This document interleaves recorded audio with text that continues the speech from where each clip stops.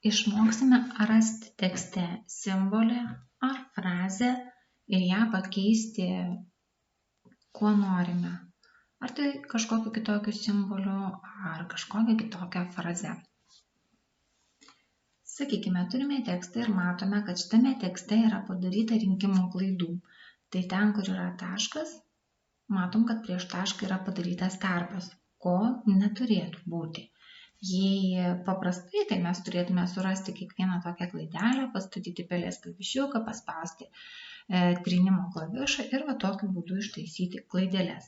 Bet tai užtruktų pakankamai daug laiko, jeigu tai būtų daug, net keletas puslapių teksto.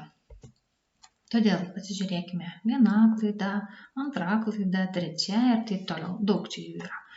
Padarykime tai automatiškai. Spaudžiame mygtuką, tai yra priemonių juostoje.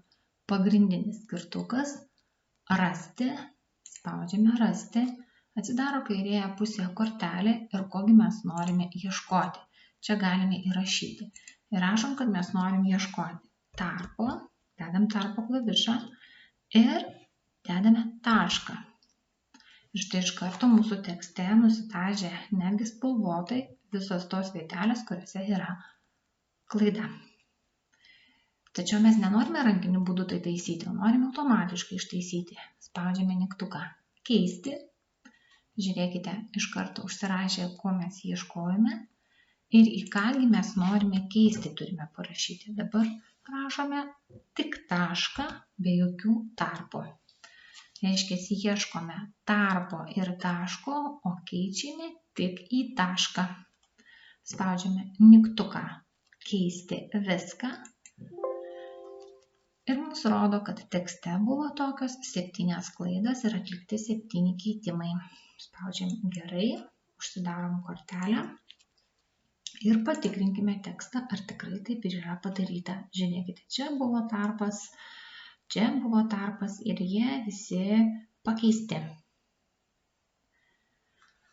Paieškokime ir pakeiskime ką nors kitokio dar. Suieškokime, kiek mūsų tekste yra, sakykime, didžiųjų L raidžių.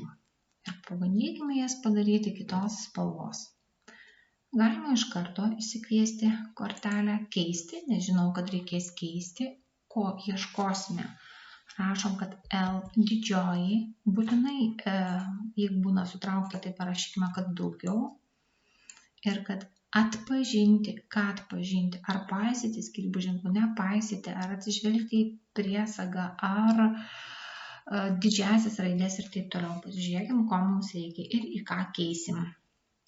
Skirti didžiąsias ir mažąsias raides. Būtinai turim užsikabinti varnelę, nes kitaip mums būtų suradę ir visas mažąsias ir didžiąsias raides. Keisim į ką, galim keisti į tą pačią L raidę, bet suformatuokime ją, kad jie atrodytų kitaip. Todėl spaudžiam formatuoti, šriftas ir šrifto kortelėje pakeiskime šrifto stilių. Padarykime, kad jisai yra paryškintas.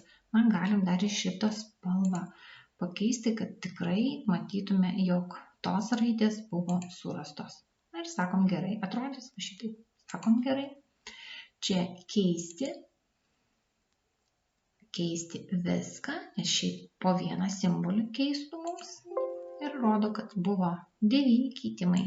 Gerai, kortelę užsidarykime. Na ir matome tekste, buvo surastos visos didžiosios raidės ir pakeistos į didžiąsias mėlynas paryškintas raides.